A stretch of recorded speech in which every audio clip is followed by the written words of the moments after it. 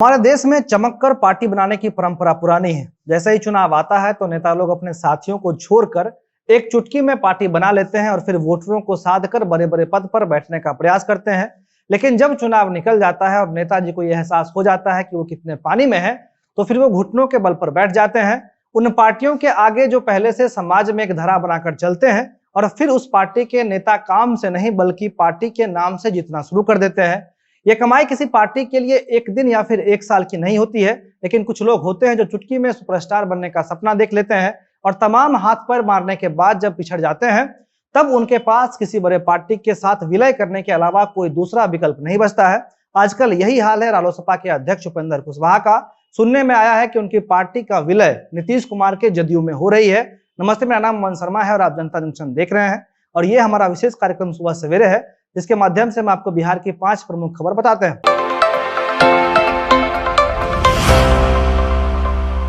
पहली खबर, यह खबर नीतीश कुमार के लिए सीना चौड़ा करने के लिहाज से है, क्योंकि आखिरकार नीतीश जी से भड़क कर उनका साम्राज्य हिलाने के चक्कर में लगे उपेंद्र कुशवाहा आखिरकार उनके सामने घुटने टेक कर बैठ गए हैं और यह फैसला हुआ है कि रालोसपा का विलय जदयू में होगा।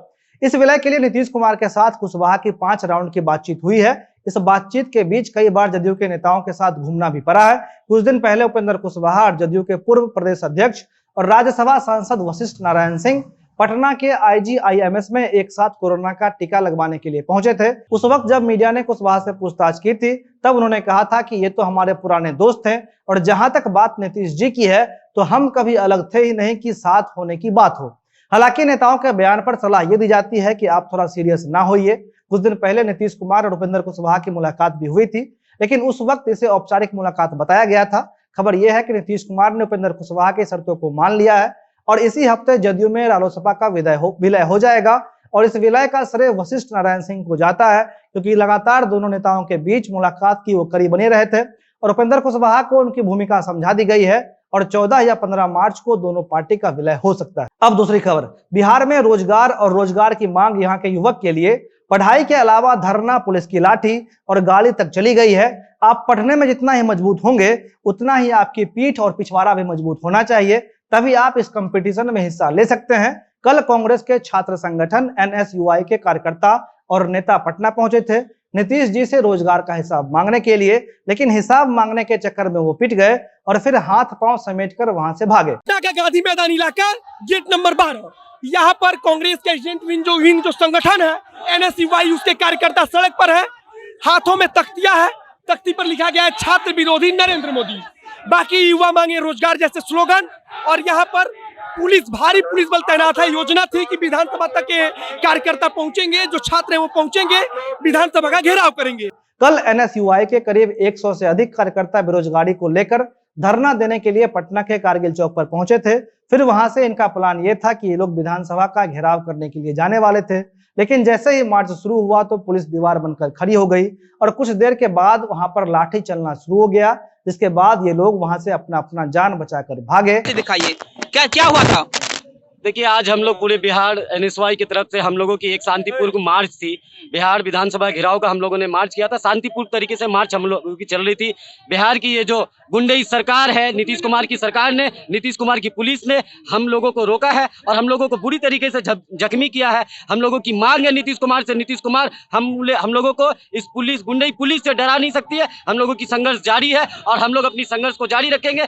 जब तक ये सरकार हमारी मांग पूरी नहीं करती है तब तक हमें अपना संघर्ष जारी रखेंगे। नीतीश कुमार की ये गुंडई पुलिस हम लोगों को डरा नहीं सकती। अब तीसरी खबर, बिहार के प्रशासनिक व्यवस्था में एक डॉग स्क्वाड को शामिल किया गया है, जिसमें 20 स्नीफर कुत्ते हैं। कल BMP 5 के परिसर में इंडक्शन प्रोग्राम के साथ एक डॉग शो का आयोजन हुआ था, जिसमें बिहार के DGP SK सिंघल बतौर मुख्य अतिथि पहुंचे थे और इसी के बाद इन्हें प्रशासनिक व्यवस्था में शामिल किया गया है। कल से पहले तक इन कुत्तों को इनके हैंडलर के साथ हैदराबाद में प्रशिक्षण दिया जा रहा था। इस दस्ते में बेल्जियम शेफर्ड और लेवरा नस्ल के कुत्ते हैं। बेल्जियम शेफर्ड की खासियत यह है कि इसमें लंबी छलांग लगाने के अलावा सूंघने की शक्ति काफी तीव्र होती है, इसलिए शामिल करने से पहले इन कुत्तों को नारकोटिक्स और बम को ट्रैक करने का और लैंडमाइंस को पहचानने के लिए प्रशिक्षित किया गया। इसके अलावा ये कुत्ते शराब को पकड़ने में भी माहिर हैं। इन्हें 1.5 साल पहले बिहार पुलिस ने खरीदा था। इसके बाद इन्हें ट्रेनिंग देने के लिए भेजा गया था।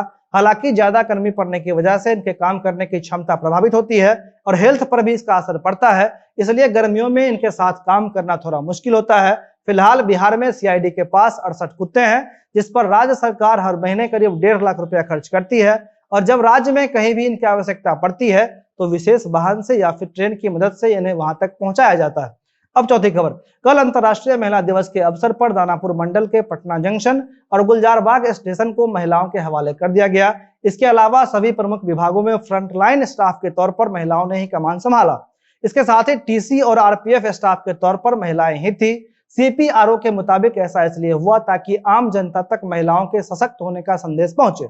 पटना से बक्सर जाने वाली ट्रेन का संचालन भी महिलाओं के हाथ में रहा। दानापुर मंडल के वरीय मंडल अधिकारी सुरजीत सिंह ने बताया कि दानापुर रेल मंडल की 10 महिला कर्मियों को सम्मानित भी किया गया है। इन महिलाओं को कोरोना से लड़ाई में योगदान देने के लिए पूर्व मध्य रेल ने सम्मानित किया है। अब अंतिम और पांचवी खबर, ये खबर बिहार के कैमूर जिले से है, जहां ठेकेदारी में घाटा लगने की वजह से एक व्यक्ति ने अंधविश्वास की दुकान खोल ली। इस व्यक्ति का नाम मुकेश चौहान है, जो खुद को शीतला माता का अवतार बता रहा है और माता का अवतार बनकर हमारे देश में ठगना इतना आसान है कि ठेकेदारी में असफल रहे व्यक्ति के पास अब लोग मिलने के लिए जा रहे हैं।